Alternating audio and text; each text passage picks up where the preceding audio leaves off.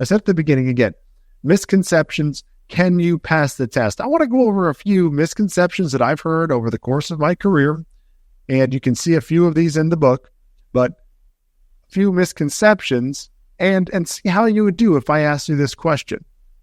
So first one, okay, first quiz, and you can jot these down if you want. You can jot down your answer, say it out loud, just commit to something beforehand, but the TSP, your thrift savings plan, your 401k does have a match, but the TSP is matched 15% if you're in management. So if you have a higher management role, is the TSP matched up to 15% if you're in management? I've heard this before.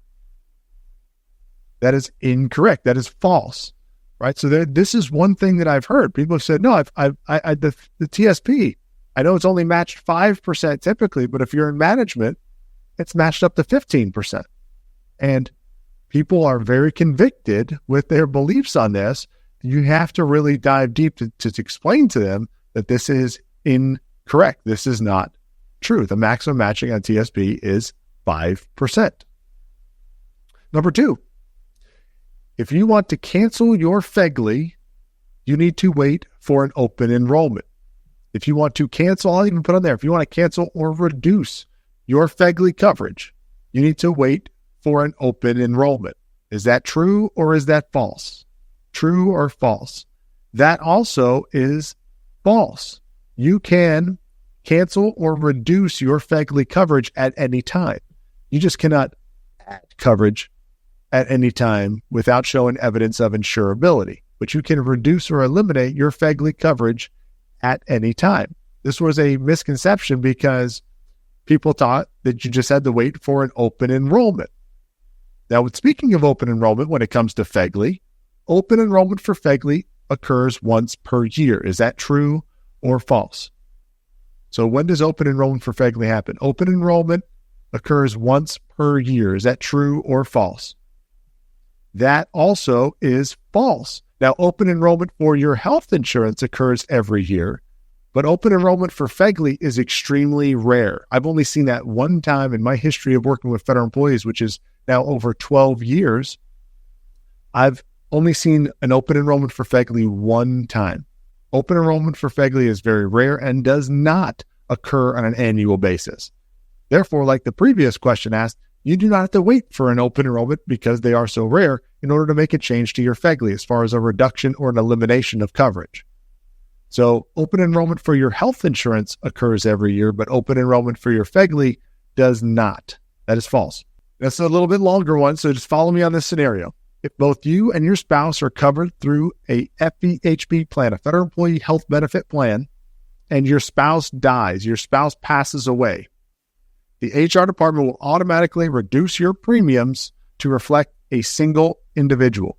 So you're going through your working career, you and your spouse are on your health plan. You have, let's say, self plus one or a family plan. Your spouse passes away.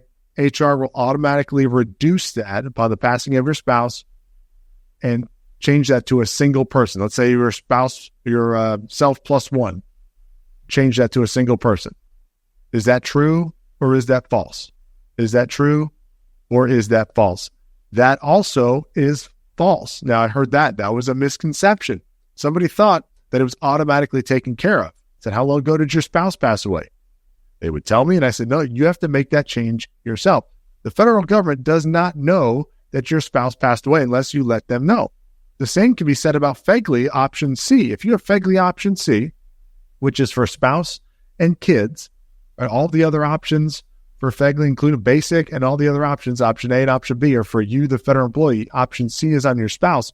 If your spouse passes away or your kids age out and you have nobody that's covered under option C, you have to cancel it. They do not automatically know that your spouse passed away. They do not automatically know that you have no kids under the age of 22. Same with your health insurance. They're not going to know to make a change unless you let them know. So these misconceptions have cost people some time and money, right? They were paying for an additional plan.